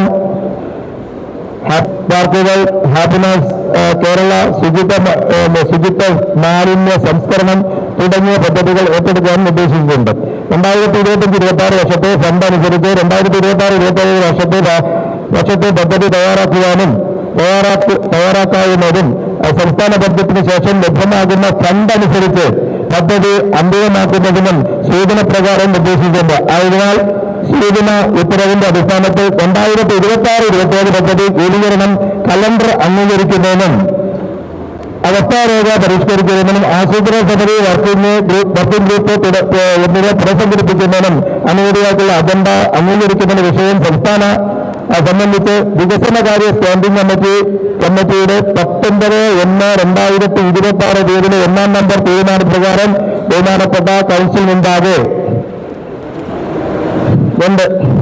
തിരുവനന്തപുരം നഗരസഭയുടെ 2025-26 വാർഷിക പദ്ധതിയുടെ ഭാഗമായി 12/1/2026 തീയതിയിൽ സർക്കാർ ഉത്തരവ് 2090/206 എന്ന കീഴിൽ അതുപോലെ തന്നെ ഉൾപ്പെട്ടിട്ടുള്ള പദ്ധതികൾ വിവിധ കാരണങ്ങളാൽ ഭേദഗതി വരുത്തുവാൻ വർഷം നടപ്പിലാക്കാൻ പറ്റാത്ത പദ്ധതികൾ ഉപേക്ഷിക്കുന്നതിനും ടെൻഡർ സേവനം ലഭ്യമാക്കുന്നതിനും പദ്ധതികളിൽ നിന്നും ടെൻഡർ സേവനം കുറയ്ക്കുന്നതിനും നിലവിലുള്ള പദ്ധതികൾ പൂർത്തീകരിക്കുന്നതിനായി അധിക തുക വകയിരുത്തേണ്ടതും പദ്ധതിയുടെ ലിസ്റ്റ് നിർവഹണ ഉദ്യോഗസ്ഥൻ ഹാജരാക്കുന്ന ശുഭപത്രത്തിന്റെ അടിസ്ഥാനത്തിൽ നടപടികൾ സ്വീകരിക്കുന്നതിനും വിഷയം സംബന്ധിച്ച് വികസനകാര്യ സ്റ്റാൻഡിംഗ് കമ്മിറ്റി 19/1/2026 2-ാം നമ്പർ തീരുമാനപ്രകാരം ബഹുമാനപ്പെട്ട കൗൺസിൽ മുൻപാകെ ചേർന്നു. ഇവിടെ 93 പദ്ധതികളുടെ രജിസ്റ്റർ കാര്യങ്ങൾ സൂചിപ്പിച്ചിട്ടുണ്ട്. അതോടൊപ്പം തന്നെ 2026-27 വികസന കലണ്ടർ തയ്യാറാക്കുന്നതിനാവശ്യമായിട്ടുള്ള 26 വർഷത്തെ ഫണ്ട് 26 പേരായി. ഇത് നമ്മളെയൊക്കെ ഒരുപാട് പ്രജ്ഞാനമാക്കരുത്, അത് ശരിയല്ല. ഇത് ശരി അല്ല, എന്നെ ആക്കുന്ന കാര്യമാണ്. അത് വേറെ ആരും ആക്കുന്ന കാര്യമല്ല. എന്നെ പ്രജ്ഞാനമാക്കരുതെന്നാണ് പറഞ്ഞത്. നിങ്ങൾ ആരും ആക്കണമല്ല. ഒരു കാര്യം ഗിരി അവരെ ന്യായീകരിക്കാൻ നിൽക്കണ്ട. ഈ കാണിച്ച കേട്ടത്തിന് ന്യായീകരിക്കാൻ ഗിരി നിൽക്കല്ലേ. ഗിരി അങ്ങനെ നിൽക്കല്ലേ. പെഞ്ഞാണെന്ന് പറഞ്ഞാൽ ഒരു മോശപ്പെട്ട പദമൊന്നുമല്ല. അങ്ങനെ ആക്കണം. ഇപ്പം അങ്ങനെയാണ് ചെയ്തിരിക്കുന്നത്. ഇത് ബഹുമാനീയരായ പ്രധാനപ്പെട്ട കൗൺസിലർമാർക്ക് പോലും ഈ പേപ്പർ കൊടുത്തിട്ടില്ല എന്ന് പറഞ്ഞാൽ സ്റ്റാൻഡിംഗ് കമ്മിറ്റിയുടെയും അംഗങ്ങളുമായി ചർച്ച ചെയ്തതിനു ശേഷമാണ് ഈ ഭേദഗതി മാറ്റിയത്. നിങ്ങൾ അത് മനസ്സിലാക്കണം. എല്ലാ കൗൺസിലർമാരുണ്ടായിരുന്നു. അതെങ്ങനെയാണ് എല്ലാ അതായത് സ്റ്റാൻഡിംഗ് കമ്മിറ്റികളിൽ ഇതെല്ലാം കൂടെ ചർച്ച ചെയ്യൂ. ഒരു സ്റ്റാൻഡിംഗ് കമ്മിറ്റിയിൽ ആ സ്റ്റാൻഡിംഗ് കമ്മിറ്റിയിലെ വിഷയങ്ങളെ ചർച്ച ചെയ്യൂ. കാർഷിക മേഖലയും വികസന മേഖലയും ധനകാര്യത്തിൽ ചർച്ച ചെയ്യൂ. മലയാളത്തിൽ ചർച്ച ചെയ്യുകയാണ്. ഇതൊന്നും ചർച്ച ചെയ്യും. അത് എല്ലാവരും ചർച്ച ചെയ്യാറുണ്ട്. ഇങ്ങനെ പറയാൻ പറ്റും എന്ന് അറിഞ്ഞില്ലാത്ത ആളാണ്. അങ്ങനെ പറയരുത്. അത് ശരിയല്ല. ശരി ശരി നമ്മുടെ ഈ കൗൺസിലേഴ്സ് നോക്കുമ്പോൾ പറഞ്ഞ് ശരിയാണ്. എല്ലാവർക്കും ഇഷ്ടമാണ്. ഫോട്ടോസ്റ്റാറ്റിന്റെ ചൂട് പോലും പോയിട്ടില്ല. എനിക്ക് തോന്നുന്നു നമ്മളെല്ലാത്തിന്റെയും നല്ല വശങ്ങൾ സ്വീകരിക്കണം. പാർലമെന്റിലാണെങ്കിലും നിയമസഭയിലാണെങ്കിലും കൗൺസിലാണെങ്കിലും. ഈ ഡൽഹിയിലൊക്കെ പാർലമെന്റിൽ ഉച്ചയ്ക്ക് ഈ പറഞ്ഞ നിയമം ഉണ്ടാക്കിയിട്ട് 2 മണിക്ക് ലഞ്ചിന് ശേഷം പാസ്സാക്കുന്ന ഒരു പ്രകൃതി എന്തായാലും തിരുവനന്തപുരം കോർപ്പറേഷനിൽ നമ്മൾ സമ്മതിക്കില്ല എന്നുള്ളത് ആദ്യമേ തന്നെ പറയുകയാണ്. ഡൽഹിയിൽ 3000 തെരഞ്ഞെടുത്തു. 3000 ഗവൺമെന്റ് തെരഞ്ഞെടുത്ത് ഞങ്ങൾ തെരഞ്ഞെടുത്തു. അല്ല ഓർമ്മിക്കുന്നേ ഉള്ളൂ. നമ്മൾ ഓർമ്മിക്കുന്നേ ഉള്ളൂ. ഇവിടെ ബില്ലുകൾ തെരഞ്ഞെടുക്കാനും ഇല്ലെങ്കിലും ബില്ലുകളായാലും വിഷയങ്ങളാണെങ്കിൽ നേരിട്ട് അറിയുക എന്നുള്ളത് ഞാൻ എനിക്ക് വേണ്ടി മാത്രമല്ല പറയുന്നത്, അല്ലെങ്കിൽ LDFന്റെ വീഡിയോ ആയതുകൊണ്ട് പറയുകയല്ല. ഇവിടെ ഇരിക്കുന്ന ഭരണപക്ഷത്തെ കൗൺസിലേഴ്സിന് പുതിയ ആളെ ഇറക്കാനായിട്ട് പഠിക്കാനുള്ള ഒരവസരം കൂടി കൊടുക്കാനുള്ള ഉത്തരവാദിത്വം സ്റ്റാൻഡിംഗ് കമ്മിറ്റിക്ക് ഉണ്ടെന്നുള്ളത് ഉറക്കെ തന്നെ ഇവിടെ ഇന്ത്യയും കൂടെ പറയുകയാണ്. ഈ പ്രധാനപ്പെട്ട വിഷയം ബില്ലുകൂടി ആയതുകൊണ്ട് നമ്മുടെ ഈ കോർപ്പറേഷന്റെ 101 വാർഡുകളായി വെട്ടി മാറ്റിയപ്പോൾ രാഷ്ട്രീയത്തിലേക്ക് കടക്കുന്നില്ല. ഉണ്ടായിട്ടുണ്ട്. ഇവിടെ ധാരാളം വാർഡുകൾ പ്രത്യേകിച്ച് തീരദേശ മേഖലയിലടക്കമുള്ള ന്യൂനപക്ഷ മേഖല അടക്കമുള്ള നമ്മുടെ കടപ്പുറം മേഖല അടക്കമുള്ള നഗരത്തിലുള്ള പല വാർഡുകളും ഏകദേശം 12-13 വാർഡുകളിൽ 10,000-ൽ കൂടുതൽ ജനസംഖ്യയുണ്ട്. ഇവിടെ 3,500 ആളുകൾ താമസിക്കുന്ന വാർഡ് മുതൽ ഏകദേശം 17,500 ആളുകൾ താമസിക്കുന്ന വോട്ടർമാരുള്ള ഭീമാപ്പള്ളി വാർഡുണ്ട്. പൂന്തുറയിൽ 17,000 ഉണ്ട്. ഞാൻ മനസ്സിലാക്കുന്നത് വെട്ടുകാട് 12,761 അതോടൊപ്പം പെരുന്താനം 11,289, തിരുമലയിൽ 10,000 കൂടുതലുണ്ട്. പോർട്ടുകാട് 17,000 വോട്ടർമാർ, വിഴിഞ്ഞം വാർഡ് 13,306. അപ്പോൾ ഈ ഒരു 10-12 വാർഡുകളിൽ നമ്മുടെ വോട്ടർമാരുടെ എണ്ണം തന്നെ ഇത്രയാണ്. അപ്പോൾ അവിടെയുള്ള ബെനിഫിഷ്യറീസിന്റെ എണ്ണം ഇതിനേക്കാളും കൂടുതലാണ്. അപ്പോൾ വികസനം എന്ന് പറഞ്ഞാൽ എല്ലായിടത്തും എത്തണം. അപ്പോൾ ഈ പ്രദേശങ്ങൾക്ക് ഞാൻ വീണ്ടും പറഞ്ഞു, തീരദേശ മേഖല അടക്കമുള്ള ന്യൂനപക്ഷ മേഖല അടക്കമുള്ള ഈ പറഞ്ഞ വെട്ടുകാട് മുതലുള്ള പൂന്തുറ നമ്മുടെ ഫോർട്ട് വെങ്ങാനൂർ വരെയുള്ള മേഖല മുതൽ പള്ളിത്തുറ മുതൽ അങ്ങ് ഈ ഫോർട്ട് വരെയുള്ള മേഖലകളിലും അതോടൊപ്പം നഗരത്തിലെ 10,000-ൽ കൂടുതൽ വോട്ടർമാരുള്ള വാർഡുകൾക്ക് നിങ്ങൾ വികസന കാര്യത്തിന്റെ പദ്ധതികളൊക്കെ പ്ലാൻ ചെയ്യുമ്പോൾ ഒരു പ്രത്യേക പാക്കേജ്, ഒരു പ്രത്യേക അറ്റൻഷനോ കാണണമെന്നുള്ള ഒരു റിക്വസ്റ്റ് ഇപ്പോൾ വെക്കുകയാണ്. തീർച്ചയായിട്ടും ആ ഒരു വിഷയം കാര്യമായിട്ട് തന്നെ കാണണം. കാരണം 3,000 വോട്ടുള്ള ഒരു സ്ഥലത്ത് ജയിച്ചതിന്റെ 6 നിരക്കേട് നടത്തി 6 വോട്ടർമാർ ഇവിടെ പറഞ്ഞ ബിയാപ്പള്ളി വാർഡിലുണ്ട്. അപ്പോൾ അത് കൗൺസിൽ എല്ലാ കാര്യത്തിലും ഇനി അശാസ്ത്രീയമായിട്ട് പറഞ്ഞതാണ്. ശാസ്ത്രീയമായിട്ടൊരു ലോജിക്കില്ല. പല വാർഡുകളും വിട്ടുപിടിച്ച് ഞാൻ പറയാം. കവടിയാർ വാർഡിലെ 50 കവടിയാർ നിരക്കുള്ള ഫ്ലാറ്റിൽ ഒരു ഫ്ലോറിൽ കവടിയാറിലെ വോട്ടാണ്. 1A കവടിയാറിലെ വോട്ട്, ഫ്ലാറ്റ് നമ്പർ 1B പേരുക്കരയുടെ വോട്ട്. എന്നെ കിടക്കട്ടെ വിചാരിച്ച് 2ാം ഫ്ലോറിൽ പോകുമ്പോൾ അവിടെ 50 വാർഡിന്റെ വോട്ട് കിട്ടും. ഒരു ശാസ്ത്രീയതയും ഇല്ലാതാണ് ഈ വാർഡുകൾ പുനഃക്രമീകരിച്ചത്. അത് വികസനത്തിനും സാധാരണക്കാരുടെ അവകാശങ്ങൾക്കും തുരങ്കം വെക്കാൻ പാടില്ല എന്ന് മാത്രം പ്ലേസ് ചെയ്യുകയാണ്.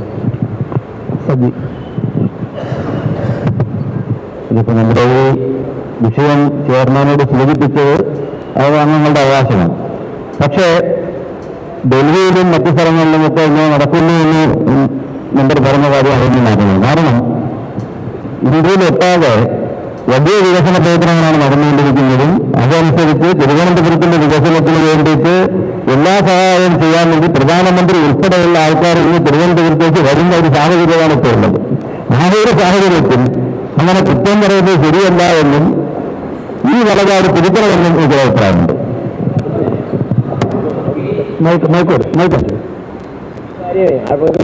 കൗൺസിലർമാർക്ക് പഠിച്ചാൽ മാത്രമേ ഇതിനെക്കുറിച്ച് പറയാൻ കഴിയുള്ളൂ. അല്ലാതെ ഇത് പൊട്ടിയെടുക്കുന്നതൊക്കെ നോക്കിയിട്ട് പറയാൻ കഴിയില്ല. പിന്നെ പ്രധാനമന്ത്രി വരുമ്പോൾ നമുക്കെല്ലാം തരട്ടെ, പ്രധാനമന്ത്രി തന്നെ നമുക്ക് അപ്പോഴല്ല അല്ല അതിന്റെ കാര്യം ഉണ്ടായ സാഹചര്യം പറയാം. നമുക്ക് കൊടുക്കാനുള്ള ഇൻഫർമേഷൻ കിട്ടിയത് നമുക്കിതിപ്പോ NCC model code of contact വരാൻ വേണ്ടി ചുരുങ്ങിയ ദിവസങ്ങൾ മാത്രമേ ഉള്ളൂ. ഫെബ്രുവരി 20 ഉള്ളിൽ മോഡൽ കോഡ് ഓഫ് കോണ്ടാക്ട് വരെ നമ്മൾ പ്രതീക്ഷിക്കുന്നത്. ഇത് പാസ്സാക്കിയില്ലെങ്കിൽ അതിന് ശേഷം നമുക്ക് 2-3 മാസത്തിൽ മുഴുവൻ ഒന്നും ചെയ്യാൻ പറ്റില്ല. ഇതൊക്കെ ഫേസ് ചെയ്യേണ്ടി വരുന്ന എല്ലാ കൗൺസിലർമാരും എന്ന ജനങ്ങളാണ്. അതുകൊണ്ടാണ് ഇങ്ങനൊരു സപ്ലിമെന്ററി അജണ്ട കൊണ്ടുവരേണ്ടി വന്ന ഒരു സാഹചര്യം ഉണ്ടായത്. നമ്മുടെ ദൈനംദിന പ്രവർത്തനത്തിൽ വിട്ടേറ്റുണ്ടായിരുന്നു എന്നുള്ള സാഹചര്യം ഉണ്ടാകും. തെരഞ്ഞെടുപ്പുണ്ടായിരുന്നെങ്കിൽ വരില്ലായിരുന്നത്. അല്ല, അന്ന് പറഞ്ഞു മനസ്സിലായി. പിന്നെ പറയുന്നു, ബഹുമാനപ്പെട്ട മേയർ 12-ാം തീയതി ഇറക്കിയ ഉത്തരവ് 14-ാം തീയതിയാണ് ഇവിടെ സ്റ്റാൻഡിംഗ് കമ്മിറ്റി ചെയർമാൻമാരെ തിരഞ്ഞെടുത്തത്. അതിനുശേഷമാണ് സ്റ്റാൻഡിംഗ് കമ്മിറ്റി കൂടാൻ കഴിയുന്നത്. ഇന്ന് തീയതി 21. ഈ ചുരുങ്ങിയ 7 ദിവസത്തിനുള്ളിൽ ഇത്രയേറെ കാര്യങ്ങൾ ചെയ്ത വികസനകാര്യ സ്റ്റാൻഡിംഗ് കമ്മിറ്റി ചെയർമാനെ ഞാൻ ഈ അവസരത്തിൽ അഭിനന്ദിക്കുകയാണ്. കാരണം കേവലം 7 ദിവസം കൊണ്ട് അത് ചെയ്തെങ്കിൽ, പിന്നെ മാറ്റം വന്ന് 8 കട്ടയ്ക്ക് പറഞ്ഞു എന്ന് പറഞ്ഞാൽ നിങ്ങളുടെ മാറ്റത്തെക്കുറിച്ച് നിങ്ങൾ സ്വയം ചിന്തിക്കണം. കാരണം കഴിഞ്ഞ തവണയൊക്കെ നിങ്ങൾ എത്രയോ കാലങ്ങളിൽ റിവിഷന്റെ പേര് പോലും പറയാതെ, കൗൺസിലിൽ പോലും ഈ കോപ്പി തരാതെ, ഇപ്പൊ ചൂടാറി എന്ന് പറഞ്ഞില്ല. അല്ലല്ല, ചർച്ച എന്ന് പറയുന്നത് അങ്ങയുടെ മാത്രം അവകാശമല്ലല്ലോ. ബഹുമാനപ്പെട്ട അങ്ങനെ ഇരിക്കണം.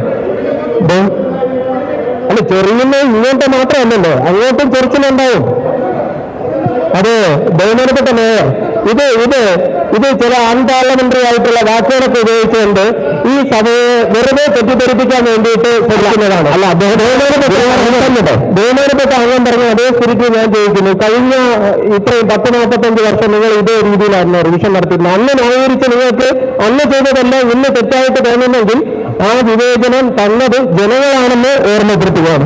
പിന്നെ ഇതിനെല്ലാം മറുപടി പറയാൻ പാടില്ല എന്ന് പറയുന്നത് മോശമാണ്. കാരണം ബഹുമാനപ്പെട്ട ഈ അംഗങ്ങൾ ഉൾപ്പെടുന്ന എല്ലാ സ്റ്റാൻഡിംഗ് കമ്മിറ്റികളിലും ഈ റിവിഷൻ പദ്ധതിയെ ചർച്ച ചെയ്തു എന്നാണ് ചെയർമാൻ ഉറപ്പിച്ച് പറയുന്ന ഒരു കാര്യം. ആ സ്റ്റാൻഡിംഗ് കമ്മിറ്റികളിൽ എല്ലാ അംഗങ്ങളും ഉണ്ടായിരുന്നു. നിങ്ങൾക്ക് അവിടെയും അവസരം ഉണ്ടായിരുന്നു. ഇനി ഇവിടെ പറയാൻ പാടില്ല എന്നല്ല, പറയാം.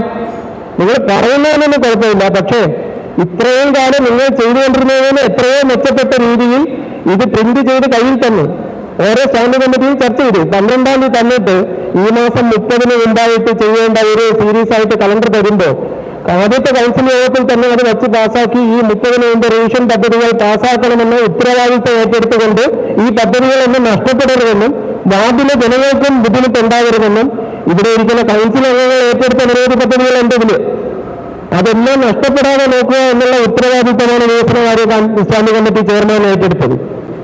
അതിനെ ഇങ്ങനെ മോശമായി കാണുകയും ചില വാക്കുകൾ പറയുകയും മറുപടി എഴുന്നേൽക്കുമ്പോഴത്തേക്ക് അതൊന്നും പാടില്ല എന്നുള്ള ഇത് കാലം മാറിയത് നിങ്ങൾ അറിയുക. ഇരിക്കുന്നത് അതേ വശത്താണെങ്കിലും ചില കാര്യങ്ങളിൽ വലിയ മാറ്റം അപ്പുറത്തൊക്കെ ഉണ്ടായി എന്ന് മനസ്സിലാക്കാൻ നിങ്ങൾ ഈ അവസരം മറന്നു പോകരുത്. എന്തായാലും ബഹുമാനപ്പെട്ട വികസനകാര്യ സ്റ്റാൻഡിംഗ് കമ്മിറ്റി ചെയർമാൻ പറഞ്ഞ ആ ഗൗരവം നമ്മൾ മനസ്സിലാക്കുക. നമ്മൾ തമ്മിലുള്ള വാക്ക് തർക്കങ്ങൾ നമുക്ക് ഒരു പൊളിറ്റിക്കലിന്റെ അടിസ്ഥാനത്തിൽ നമുക്ക് വാശിയോടുകൂടി ഒരു സ്നേഹത്തോടുകൂടി സൗഹൃദപരമായിട്ടൊക്കെ നമുക്ക് നടത്താം. പക്ഷേ ഈ പദ്ധതികൾ അംഗീകരിക്കാൻ എല്ലാ കൗൺസിലർമാരുടെയും പിന്തുണ ഉണ്ടാകണമെന്നാണ് ഈ കാര്യത്തിൽ സൂചിപ്പിക്കാറുള്ളത്. അതിന്റെ നേട്ടങ്ങളാണ് ഇപ്പൊ നിങ്ങളൊക്കെ തലയിൽ വെക്കുന്നത് മാത്രം. അല്ലാതെ എവിടെയെങ്കിലും പറയാമോ? ഇവിടെ നഗരത്തിൽ നടത്തിയ വികസനക്ഷേമ പ്രവർത്തനങ്ങൾ അതിലിപ്പോ ഇവിടെ സൂചിപ്പിച്ചല്ലോ. ഇവിടെ നമ്മുടെ വാർഡ് വിഭജനം ഉൾപ്പെടെയുള്ള ചില കുറവുകളും വരുന്ന കുറവുകളാണെന്നും ഞങ്ങൾക്ക് ഉത്തമ ബോധ്യമുണ്ട്. എങ്ങനെയാണ് നിങ്ങൾ ഇവിടെ വന്നിരിക്കുന്നതെന്നും നിങ്ങൾ എങ്ങനെ ഭരിക്കാൻ വന്നതെന്നും ഒക്കെയാണ്. ഞങ്ങൾ അതിനെക്കുറിച്ചൊക്കെ നന്നായി ബോധ്യമുള്ള കാര്യമാണ്. വികസനവും ക്ഷേമവും മാത്രം നടക്കാത്തത് കൊണ്ടല്ല തിരുവനന്തപുരത്ത് LDFന്റെ ഭരണം നഷ്ടപ്പെട്ടതിന് ഉത്തമ ബോധ്യം ഞങ്ങൾക്കുണ്ട്, ജനങ്ങൾക്കുമുണ്ട്. കാരണം നിങ്ങളിപ്പോ പോകുന്ന സ്കൂളിലും നിങ്ങളിപ്പോ പോകുന്ന റോഡിലും ഇനിയിപ്പോ നിങ്ങൾക്ക് പറഞ്ഞില്ല ഇവിടെ കുറെ കാര്യങ്ങൾ ഞങ്ങൾക്കും സന്തോഷമാണ്. ഏതെങ്കിലും വികസനത്തിനെതിരാണെന്ന് ഇവിടെ ആരെങ്കിലും സൂചിപ്പിച്ചോ? ഇവിടെ എന്താ എല്ലാവരും പറഞ്ഞത്? ഈ തന്ന അജണ്ട ഈ അവസാന നിമിഷം തന്നെ പുതിയ കൗൺസിലറുകളാണ്. പലരും കുറച്ചുപേർ മാത്രമേ ഉള്ളൂ പറയുന്നത്. അവർക്കൊന്ന് നോക്കാനുള്ള അവസരം കൊടുക്കണം. എന്താ ചോദിച്ച തെറ്റുണ്ടാവും? ആ തെറ്റാണെന്നാണ് തിരിക്കുന്നതെന്ന് ഒരിക്കലും തെറ്റില്ലെന്ന് പറഞ്ഞ് ഈ ഒരു നോക്കാൻ അവസരം തരണം. 2 ദിവസം കഴിഞ്ഞ് വെക്കാം, അല്ലെങ്കിൽ 2 ദിവസം കഴിഞ്ഞ് പാസ്സാക്കാമെന്നാണ് പറഞ്ഞത്. 32 ദിവസമുണ്ട്. അപ്പൊ അതിനൊക്കെ ഇങ്ങനെ ഞങ്ങൾ ഈ വന്നു ഞങ്ങൾ അങ്ങനെ വന്നു ആരെങ്കിലും പറഞ്ഞ് ഭീഷണിപ്പെടുത്തുകയും നിങ്ങൾ ആരും തെറ്റാക്കിയിട്ട് വേണ്ട. എന്താണ് കാരണമെന്നും അതിനുള്ള അവിടെ വന്നുകൊണ്ട് അറിയാം. എല്ലാ ഗുണങ്ങളും നിങ്ങളും അനുഭവിച്ചിരുന്നതാണ് കഴിഞ്ഞ കാലങ്ങളിൽ. നിങ്ങളുമൊക്കെ ജനപ്രതിനിധികളായി ഇവിടെ വരുമ്പോൾ എല്ലാ വാർഡിലും ഒരേപോലെ വികസനം നടത്തുവാൻ പണം നൽകിയതിന്റെ അടിസ്ഥാനത്തിലാണ് നിങ്ങളുമൊക്കെ നിങ്ങളുടെ വാർഡുകളിൽ ആളായത്. അപ്പൊ അതിൽ ഞങ്ങളാരും ഒന്നും ചെയ്യാനല്ല നിങ്ങളായത്. അതിന് അങ്ങനെ ഞാനും നിങ്ങളും എന്നൊക്കെ വാദം ഞങ്ങൾ അങ്ങനെ വെല്ലുവിളിക്കാറൊന്നും അല്ലല്ലോ ഇവിടെ പറഞ്ഞത്. ഇവിടെ സൂചിപ്പിച്ച കാര്യങ്ങൾ വളരെ വ്യക്തമല്ലേ? ഇവിടെ രാഷ്ട്രീയവും അനാവശ്യമായ വെല്ലുവിളികളും ഗിരിയാണ് നടത്തുന്നത്. ഗിരി ഇപ്പൊ ഉത്തമ വേദി എന്ന് പറഞ്ഞാൽ ഭരണസഭയിൽ അവർ ഗിരി ഉത്തമ വേദി ഗിരി ഇപ്പോൾ ഭരിക്കുന്ന ഒരു കൗൺസിലിന്റെ ഭാഗമാണ്. ഗിരി കുറച്ചുകൂടൊക്കെ തന്നേക്ക് തന്നെ പെരുമാറാൻ ശ്രമിക്കണം. ഞങ്ങളെ പ്രചോദിപ്പിക്കാൻ വേണ്ടിയാണെങ്കിൽ പ്രചോദിതരാകാൻ പറ്റിയ ഒരു ടീം നമ്മുടെ ഉണ്ട്. അത് മനസ്സിലാക്കിയാൽ മതി. നമുക്ക് എല്ലാവരും തിരിച്ചു അടുത്തേക്ക് പോകാം. പറഞ്ഞുകൊണ്ട് പറഞ്ഞതാണ് ഞങ്ങളുടെ വിഭജിച്ചത് നേരെയാണെന്ന് ഞങ്ങൾക്ക് പറയുന്നുണ്ട് എന്ന് ഓർക്കുന്നത് നല്ലതായിരുന്നു. എന്നിട്ട് മറ്റുള്ളവരെ പറഞ്ഞിട്ട് കാര്യമുണ്ട്. അതൊന്ന് രണ്ടാമത്തെ കാര്യം ഇതുപോലെ തന്നെയാണ് വായിച്ചത്. നിങ്ങളെന്തൊക്കെ എങ്ങനെയാണെന്ന് അറിയില്ല. കഴിഞ്ഞ ടൈമിൽ നിങ്ങൾ വന്നു സമയത്ത് ഇരിക്കുമ്പോഴാണ് ഓരോ പേപ്പർ കൊണ്ടുവരുന്നത്. മനസ്സിലായി. പലതും നമ്മൾ പറയുമ്പോഴും 55 പേരെ ഉള്ള ഭാഷയും കൊണ്ട് പാസ്സാക്കി പോകാറുണ്ട്. കേട്ടോ അല്ല അത് പറയുന്നത് നമ്മളല്ല പറയുമ്പോൾ എല്ലാം ഒരു ന്യായം അങ്ങോട്ടും ഇങ്ങോട്ടും നമുക്ക് പറയുക. അപ്പോ നമുക്ക് അറിയുന്നുണ്ട് പാർലമെന്റ് തെരഞ്ഞെടുപ്പ് കഴിഞ്ഞിട്ട് ഗൗരവമായിട്ട് തുടങ്ങിയത് മുതൽ ഹൈക്കോടതി മുതൽ ഇലക്ഷൻ കമ്മീഷൻ ഉൾപ്പെടെ കോർപ്പറേഷനിലെ ക്യൂഫീൽഡ് ആപ്ലിക്കേഷൻ ഉപയോഗിച്ച് അടച്ചവരെ ഉൾപ്പെടെ നിരവധി തവണ 1.5 വർഷത്തോളം ഒറ്റയ്ക്കും കൂട്ടാളിയൊക്കെ ബന്ധപ്പെട്ട ആൾക്കാരുള്ളതാണ്. 1ാമത്തെ വാർഡ് മുതൽ 100ാമത്തെ വാർഡുകൾ എങ്ങനെ വിഭജിക്കുന്നു എന്നൊക്കെ ഇതിൽ ഏറ്റവും നന്നായിട്ട് പറയാൻ പറ്റിയ പല ആൾക്കാരുടെ ഒരാളും ഉൾപ്പെട്ട മേയർ. അതുകൊണ്ട് തന്നെ ഇതിൽ ചില വാർഡുകൾ ഗുണകരമായിട്ട് വന്നിട്ടുണ്ട്. ചില വാർഡുകളിൽ അന്ന് പറഞ്ഞതുപോലെ ഭൂമിശാസ്ത്രപരമായിട്ട് വികസനത്തിന്റെ കാര്യങ്ങൾ നമ്മൾ ഫണ്ട് വിനിയോഗിക്കുമ്പോൾ ഉണ്ടാകുന്ന ബുദ്ധിമുട്ടുണ്ട്. അത് 101 വാർഡിന്റെ കാര്യം വ്യക്തമായിട്ട് അറിയാനുള്ള ആൾക്കാരുടെ ഒരാളാണ് എന്നുള്ളത് കൊണ്ട് തന്നെ ഒരു സംശയം വേണ്ട. പോരായ്മകൾ മുന്നിൽ കണ്ടുകൊണ്ട് 101 വാർഡിനും വികസനത്തിൽ ഫണ്ട് വരുമ്പോഴോ മറ്റുള്ള പദ്ധതികൾ നടപ്പിലാക്കുമ്പോഴോ യാതൊരു തരത്തിലുള്ള ബുദ്ധിമുട്ടും കൗൺസിലർമാർക്ക് ഉണ്ടാവുകയില്ല എന്നുള്ള ഗ്യാരണ്ടിയാണ്. യാതൊരു സംശയമില്ല കാര്യത്തിൽ. അത് നിങ്ങൾക്ക് മുഖവിലേക്ക് എടുക്കാൻ അങ്ങ് പറഞ്ഞത് കൃത്യമായിട്ടുള്ള ബുദ്ധിമുട്ട് തന്നെയാണ്. ആ ബുദ്ധിമുട്ട് 100 വാർഡിന്റെ 101 വാർഡിന്റെ മാപ്പ് പലതവണ കാണാതെ പഠിച്ച വ്യക്തി എന്നുള്ള നിലയ്ക്ക് നന്നായിട്ടറിയാൻ ഓരോ പ്രദേശത്തുള്ള ബുദ്ധിമുട്ടറിയാൻ. ഉദാഹരണത്തിന് Thirumala ward PPP Saraswathi school മുതൽ അവിടെ മുതലങ്ങ് നീണ്ടു കിടക്കുകയാണ്. അമ്പലമുക്ക് വാർഡ് ജയന്തി കൗൺസിലിന്റെ വാർഡ് ഏകദേശം ഒരു 6 വാർഡുകളുടെ നടുവിൽ കൂടെ ഒരു നദി ഒഴുകുന്ന ഒരു അമ്പലമുക്ക് വാർഡ് വന്നിരിക്കുന്നത്. അങ്ങനെ 101 വാർഡിന്റെ ഘടന നന്നായിട്ട് പറയാനായിട്ട് എനിക്ക് സാധിക്കും. അപ്പോൾ അതൊക്കെ പ്രത്യേക സാഹചര്യം നമുക്ക് നമ്മുടെ ജനാധിപത്യത്തിൽ സ്വാഭാവികമായിട്ടും വാർഡ് വിഷയം നടക്കുന്ന എന്തൊക്കെയാണെന്നുള്ളത് നമുക്കറിയാം. ഞാൻ അതിലേക്ക് പോകുന്നില്ല. പക്ഷേ ഒരു കാര്യം പറയാം, ഈ ഡയസിന് ഒരു കാര്യം പറയാം. ഇങ്ങനെയുള്ള ബുദ്ധിമുട്ടും നേരിട്ട് എല്ലാ വാർഡുകളുടെ ഘടന ഏറെക്കുറെ ഇപ്പൊ പൂന്തറ വാർഡിലെ ഭീമാപള്ളി വാർഡിലെ കൗൺസിലറായിട്ട് സംസാരിച്ചിരുന്നു. കൗൺസിലറുടെ ഉണ്ട്. അതിന്റെ അനുഭവിക്കുന്ന ബുദ്ധിമുട്ടുകൾ വളരെ വളരെ വ്യക്തമാണ്. അവർ ഏത് തരത്തിലും കൗൺസിലിന് തയ്യാറാണ്. യാതൊരു സംശയവുമില്ല. ആ വാർഡിൽ ഉൾപ്പെടെ എന്തൊക്കെ ചെയ്യാൻ സാധിക്കുമോ അത് ചെയ്യുന്ന ഒരു ഭരണസമിതിയായിരിക്കും. ആദ്യത്തെ ബഡ്ജറ്റ് പ്രഖ്യാപിക്കുമ്പോഴും മുമ്പോട്ട് പോകുമ്പോൾ നിങ്ങൾക്ക് ബോധ്യപ്പെടും എന്നുള്ള കാര്യമാണ് പറയാനുള്ളത്. ഒന്ന് മറ്റൊന്ന് ഈ സപ്ലിമെന്ററി അതിന്റെ നമ്മളെ ചർച്ച കേസ് ചെയ്യുന്നു. നിർവഹണ ഉദ്യോഗസ്ഥരുടെ ഒരു മീറ്റിംഗ് കഴിഞ്ഞ ദിവസം നടന്നിരുന്നു. സെക്രട്ടറി ഉൾപ്പെടെ പങ്കെടുത്ത നിർവഹണ ഉദ്യോഗസ്ഥരുടെ. അപ്പോൾ 0% നിൽക്കുന്ന ഉദ്യോഗസ്ഥർ പോലും റിഫ്ലക്ട് ചെയ്യുന്നതിന് 0% എനിക്കൊന്ന് പറയാൻ വേണ്ടി അവസ്ഥ വന്ന ഉദ്യോഗസ്ഥർ ഉൾപ്പെടെ ആ മീറ്റിംഗിൽ പങ്കെടുത്തു. ആർക്കും തന്നെ ഒരാളെ മറ്റേ ബാക്കി ആരും ഒരു 35% കൂടുതൽ പറഞ്ഞതായിട്ട് ഞാൻ ഓർക്കുന്നില്ല. ഞാൻ ചോദിച്ചാൽ അവരോട് എത്ര ദിവസമുള്ളത്? നമ്മുടെ കയ്യിലുള്ള 35-40 ദിവസമുള്ളത് എത്ര ദിവസം കഴിഞ്ഞു പോയി? ദിവസം 13 ദിവസം കഴിഞ്ഞു പോയി.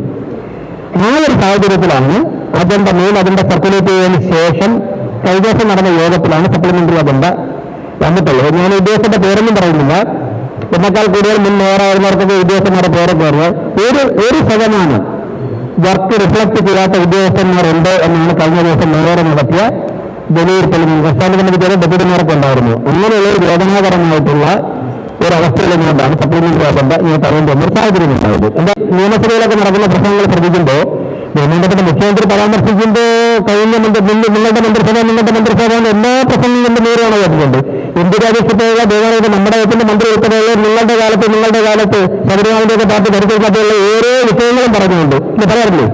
ബഹുമാനപ്പെട്ട നരേന്ദ്രമോദി പാർലമെന്റിൽ സംസാരിക്കുമ്പോൾ ജവഹർലാൽ നെഹ്റുവിന്റെ മന്ത്രിസഭ ഉൾപ്പെടെ പരാമർശിക്കാറുണ്ട്. വാജ്പേയിയുടെ മന്ത്രിസഭ ഉൾപ്പെടെ പരാമർശിക്കുകയുണ്ടായിരുന്നു ഡോക്ടർ മൻമോഹൻ സിംഗിന്റെ കാലഘട്ടത്തിൽ UPA ഗവൺമെന്റ് മുന്നോട്ട് വരുന്നത്. അതുകൊണ്ട് പാർലമെന്റിലാകാം നിയമസഭയിലാകാം ബഹുമാനപ്പെട്ട മുഖ്യമന്ത്രി പിണറായി വിജയനാകാം തിരുവനന്തപുരം കോർപ്പറേഷന് മാത്രമേ സാധിക്കില്ല എന്ന് കാര്യം ഞാൻ പറഞ്ഞാൽ പോലും നടക്കുമെന്ന് എനിക്ക് തോന്നുന്നില്ല എന്നാണ് എനിക്ക് അവസരത്തിൽ പറയാനുള്ളത്. അപ്പോൾ നമുക്ക് ബഹുമാനപ്പെട്ട വികസനകാര്യ സ്റ്റാൻഡിനെ പറ്റി പറഞ്ഞ് അവതരിപ്പിച്ച് അതിന്റെ അംഗീകരിക്കുകയാണ്. അടുത്തത്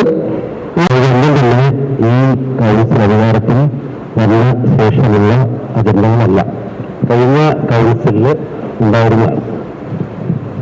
ഒന്ന് 65ാമത് സംസ്ഥാന സ്കൂൾ കലോത്സവവുമായി ബന്ധപ്പെട്ട് 5 സ്വകാര്യ വാഹനങ്ങൾ 303 ട്രിപ്പുകളായിട്ട് 2,300,000 രൂപ കൊടുക്കേണ്ടി വന്നു എന്ന്. രണ്ടാമത്തെ അജണ്ട ഹരിതകർമ്മ സേന ഡ്രൈവർ ആരോഗ്യ വിഭാഗം കേന്ദ്രീകൃത നഗരാസൂത്രണ സംസ്ഥാനതല കോർഡിനേഷൻ കമ്മിറ്റി അതുമായി ബന്ധപ്പെട്ട വിഷയം. മൂന്നാമത്തെ അജണ്ട ഹരിതകർമ്മ സേനയുടെ വാഹനത്തിൽ ഡ്രൈവർക്ക് വേതനം ഫണ്ട് ക്യാബ് ഫണ്ടിൽ നിന്നും നൽകുവാൻ തീരുമാനിച്ച വിഷയം. ഇത് പാസ്സാക്കണമെന്ന്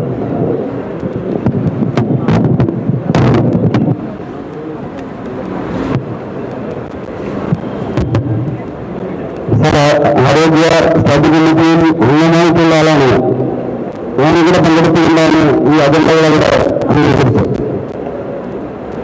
അത് തിരുവനന്തപുരം നഗരത്തിന്റെ ആരോഗ്യ മേഖലയിലെ കാര്യങ്ങൾ സംരക്ഷിക്കുന്നതിന് വേണ്ടിയുള്ള അജണ്ടകൾ തന്നെയാണ്.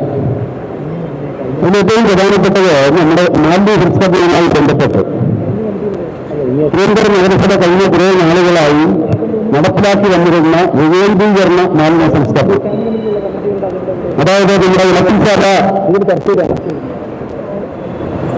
അടച്ചുപൂട്ടിയതിനു ശേഷം തിരുവനന്തപുരം നഗരസഭയ്ക്ക് മാലിന്യ സംസ്കരണത്തിന് ആവശ്യമായിട്ടുള്ള പ്രവർത്തനങ്ങൾ ഉറവിട മാലിന്യ സംസ്കരണ പ്രവർത്തനങ്ങളിലൂടെയാണ് ഞങ്ങൾ നടത്തിയത്. അത് കഴിഞ്ഞ നാളുകളുടെ നഗരസഭാ ഭരണത്തിന്റെ ഉത്തരവാദിത്വം തന്നെ അത് ഞങ്ങൾ വളരെ അഭിമാനത്തോടു കൂടി തന്നെ അവതരിപ്പിക്കുക. അത് തിരുവനന്തപുരം നഗരത്തിലെ മാലിന്യ സംസ്കരണത്തിന് നല്ല മാറ്റമുണ്ടാക്കാനും ഇടവന്നിട്ടുണ്ട് എന്നുള്ള കാര്യത്തിൽ യാതൊരുവിധ സംശയമില്ല. ഇന്ന് അധികാരത്തിൽ വന്നിരിക്കുന്ന നിങ്ങളുടെ വാർഡുകളിൽ അടക്കം അത് വളരെ ഭംഗിയായി നിങ്ങൾ ഉപയോഗപ്പെടുത്തിയതിന്റെ ഗുണവും നിങ്ങളുടെ ഭാഗങ്ങളിൽ കിട്ടിയിട്ടുണ്ടെന്ന് വിശ്വസിക്കുന്ന ഒരാൾ കൂടിയാണ്. ഞാൻ മുമ്പ് നടത്തിയിട്ടുള്ള കഴിഞ്ഞ ആളുകളിലെ പ്രവർത്തനങ്ങളിൽ പുതിയ ഭരണസമിതി അധികാരത്തിൽ വന്നതിന് ശേഷം വല്ല മാറ്റങ്ങളും വന്നിട്ടില്ല. ആ വന്നിട്ടുണ്ട് എന്നുള്ള സംശയം ഉദിക്കുന്ന തരത്തിലുള്ള ചില വാർത്തകൾ നമ്മുടെ ദിനപത്രങ്ങളിൽ പ്രത്യക്ഷപ്പെട്ടു തുടങ്ങിയിട്ടുണ്ട്. ലാസ്റ്റ് പറഞ്ഞ പോയിന്റ് അതായത് തിരുവനന്തപുരം നഗരസഭ നടപ്പിലാക്കി വന്നിട്ട് മാലിന്യ സംസ്കരണ പ്രവർത്തനങ്ങളിൽ നമ്മൾ നേരിട്ട് ഏറ്റെടുത്തിട്ടുള്ള പദ്ധതികളിൽ നിന്ന് മാറ്റം വരുത്തിക്കൊണ്ടുള്ള എന്തെങ്കിലും സമീപനങ്ങൾ ഈ നഗരസഭാ ഭരണം സ്വീകരിച്ചിട്ടുണ്ടോ അത് ഉണ്ടെന്ന് സൂചിപ്പിക്കുന്ന തരത്തിലുള്ള ചില വാർത്തകൾ പത്രത്തിൽ ഇന്ന് പ്രത്യക്ഷപ്പെട്ടിട്ടുണ്ട്. അതായത് നമ്മുടെ ശാസ്ത്രമംഗലത്ത് 2019 ഞാൻ ഹെൽത്ത് സ്റ്റാൻഡ് കമ്മിറ്റിയുടെ ചെയർമാനായിരുന്ന അവസരത്തിലോ മേയറായിരുന്ന അവസരത്തിലെയാണ് സെഗ്രിഗേറ്റ് ചെയ്യാനുള്ള ബില്ല് അവിടെ നമ്മുടെ എസ് ഐ ഓഫീസിന്റെ നടയിൽ സ്ഥാപിച്ചിട്ടുണ്ട്. ആ ബില്ലിൽ വിവിധ തരം മാലിന്യങ്ങൾ ശേഖരിക്കാനുള്ള സംവിധാനമാണ് നമ്മൾ ഉപയോഗപ്പെടുത്തിയത്. അത് നഗരത്തിലാകെ നമ്മൾ ഉപയോഗപ്പെടുത്തിയിരുന്നു. പക്ഷെ ഇന്ന് പത്രത്തിൽ പത്രവാർത്തയിൽ കാണാൻ കഴിയുന്നത് ആ ബില്ല് അവിടെ നിന്ന് എടുത്ത് മാറ്റപ്പെടണമെന്നില്ല. ആവശ്യം നഗരസഭാ ഭരണ സംവിധാനത്തിന്റെ ഭാഗമായി നിൽക്കുന്ന രീതിയിൽ ആളുകൾ ആവശ്യപ്പെടുന്നു എന്നുള്ള തരത്തിലുള്ള വാർത്തകൾ പ്രത്യക്ഷപ്പെട്ടിട്ടുണ്ട്. അത് വ്യക്തിപരമായ ജീവിതത്തിൽ ഞാനിതിവിടെ അവതരിപ്പിക്കുന്നില്ല. മറിച്ച് ആരോഗ്യ മേഖലയിൽ മാലിന്യ സംസ്കരണവുമായി ബന്ധപ്പെട്ട് തിരുവനന്തപുരം നഗരസഭ നടപ്പാക്കി വരുന്ന പദ്ധതിയിൽ നിന്ന് പിന്മാറിക്കൊണ്ടുള്ള പ്രവർത്തനങ്ങൾ ഇതിന്റെ സൂചനയാണ് എന്നുള്ളതിനെ സംബന്ധിച്ച് അറിയാൻ താല്പര്യമുണ്ട്. അത് വിശദീകരിച്ചാൽ നന്നായിരിക്കുമെന്നുള്ളതാണ് അത് സംബന്ധിച്ച് എനിക്ക് സൂചിപ്പിക്കാനുള്ളത്. ശാസ്ത്രം ഹെൽത്ത് ഓഫീസിന്റെ മുന്നിലായിട്ട് 2 ബില്ലുകൾ വേസ്റ്റ് ഡിസ്പോസൽ ഹബ്ബ് വെച്ചിരിക്കുന്നത് ഫുട്പാത്തിലേക്ക് കയറിയാണ്. അത് കാൽനട യാത്രക്കാർക്ക് ബുദ്ധിമുട്ടുണ്ടാക്കുമോ എന്നുള്ള ഒരു പ്രശ്നം ഉയർന്നു വന്നു. ഞാൻ നടത്തിയ കൗൺസിൽ മീറ്റിംഗിൽ പലരും അത് പറഞ്ഞ് ഫുട്പാത്തുകൾ കാൽനട യാത്രക്കാർക്ക് വേണ്ടി സുഗമമാക്കണം. അതുകൊണ്ട് അവിടെ ചില സമയം ചത്ത പാമ്പുകളെയും ചത്ത മറ്റ് ജീവികളെയും കാണാറുണ്ട്. അത് ഡ്രൈ മാത്രമല്ല, മറ്റ് പല സ്ഥലങ്ങളിൽ നിന്നും ആളുകൾ കെട്ടുകെട്ടായി കൊണ്ടുവന്ന് കുട്ടികളും മറ്റു കുട്ടികളടക്കം അവിടെ കൊണ്ടുവന്നിട്ടിട്ട് പോകാറുണ്ട്. മാറ്റാൻ സാധിക്കും എന്നുള്ള ഒരു ചർച്ച മാത്രമാണ് നടന്നിട്ടുള്ളത്. ഒരു ഉത്തരവും ആരും കൊടുത്തിട്ടില്ല. ഇതിനൊരു പരിഹാര മാർഗം കണ്ടിട്ട് മാത്രമേ ബഹുമാനപ്പെട്ട നിങ്ങളുടെയും കൗൺസിലിന്റെയും ഒക്കെ അനുഭവത്തോടു കൂടി മാത്രമേ തുടർ നടപടി സ്വീകരിക്കുകയുള്ളൂ. വെറുതെ പത്രങ്ങൾ പറയുന്നത് വിവാദമാക്കണ്ട. മാലിന്യം എടുക്കുന്നതിന് കാശ് കൊടുക്കുമ്പോൾ 100 രൂപ വെച്ച് ദൈവത്തിനും അജൈവ മാലിന്യത്തിനും 100 രൂപയും വാങ്ങുമ്പോൾ മറ്റുള്ള സ്ഥലത്ത് ഫ്രീ ആയിട്ട് വാങ്ങുന്നത് ശരിയല്ല. എവിടെ കൊണ്ട് കൊടുത്താലും അവിടെയും യൂസർ ഫീ വാങ്ങി കാർഡ് കാണിച്ച് മാലിന്യം ശേഖരിക്കുക. കാരണം അങ്ങനെ അല്ലാതെയാണ് മാലിന്യം പലയിടത്തും ശേഖരിച്ചു കൊണ്ടുപോകാൻ. നമ്മുടെ പാളയത്ത് ഉണ്ടായിരുന്നത് എടുത്ത് മാറ്റി കഴിഞ്ഞിട്ട് അവർ കറക്റ്റായിട്ട് വാർഡിൽ വഴി ഹരിതകർമ്മ സേന വഴി പ്രൊസീജിയർ ക്ലിയറായിട്ട് നടക്കുന്നുണ്ട്. പക്ഷെ എൻ്റെ വാർഡിൽ നിന്ന് എനിക്കറിയാവുന്ന ചിലര് മറ്റു ചിലരായിട്ട് അത് ഈ പോകുന്ന എവിടെ വെച്ച് മണ്ടന്മാരല്ല ായിട്ടും അവിടെ എവിടെയാണ് അവിടെ വെക്കുകയാണെങ്കിൽ ബില്ല് എവിടെ വെക്കുന്നു അവിടെയും യൂസർ ഫീ വാങ്ങി മാലിന്യം ശേഖരിക്കാനുള്ളത് വെക്കുക. എങ്കിൽ അതാത് വാർഡിൽ മാലിന്യങ്ങൾ കൃത്യമായിട്ട് പോകുന്നു. അതൊന്ന്. രണ്ടാമത്തെ അവസരം നമ്മുടെ ഫോഗിംഗ് മെഷീൻ, നമ്മുടെ സർക്കിളിനെ സംബന്ധിച്ച് ഫോഗിംഗ് മെഷീൻ ഇല്ലാതായിട്ട് കുറേ നാളായി, മാസങ്ങളായി. പല പ്രാവശ്യം പറഞ്ഞിട്ട് നമുക്കിപ്പോൾ കഴിഞ്ഞ അതിലെ ലാസ്റ്റ് ഫോഗിംഗ് മെഷീൻ വാങ്ങാനായിട്ട് പാസ്സാക്കിയിരുന്നു. അത് ഇതുവരേക്കും ആയിട്ടില്ല. മാസ് ഫോഗിങ് പലപ്പോഴും കിട്ടുമ്പോഴത്തേക്ക് 2 പേരൊക്കെയാണ് വരുന്നത്. ഒരു കടല ഒരു ബാട്ടം ഹിൽ എന്ന് പറയുന്ന ഒരു കോളനി വന്ന് 5-6 പേരിരുന്നാൽ മാത്രമേ ഒരുമിച്ച് ഫോഗ് ചെയ്ത് ചെയ്യാൻ പറ്റുള്ളൂ. അപ്പോൾ അങ്ങനെ ഉള്ളപ്പോഴത്തേക്ക് ഒന്നുകിൽ റൊട്ടീൻ കണക്ക് കൃത്യമായിട്ട് എല്ലാ ദിവസവും ഫോഗിങ് ഒരു വാർഡിൽ ഒരു വർഷത്തിൽ ഒരു പ്രാവശ്യം അല്ലെങ്കിൽ 6 മാസത്തിൽ ഒരിക്കലെങ്കിലും എപ്പോഴും ചെയ്യാൻ പാടില്ല എന്ന് നമുക്ക് HO ഒക്കെ ക്ലാസ് വന്നിട്ടുണ്ട്. അപ്പോൾ അത്തരത്തിൽ ചെയ്യാനായിട്ട് കൃത്യമായിട്ട് ഫോഗിങ് മെഷീൻ വാങ്ങി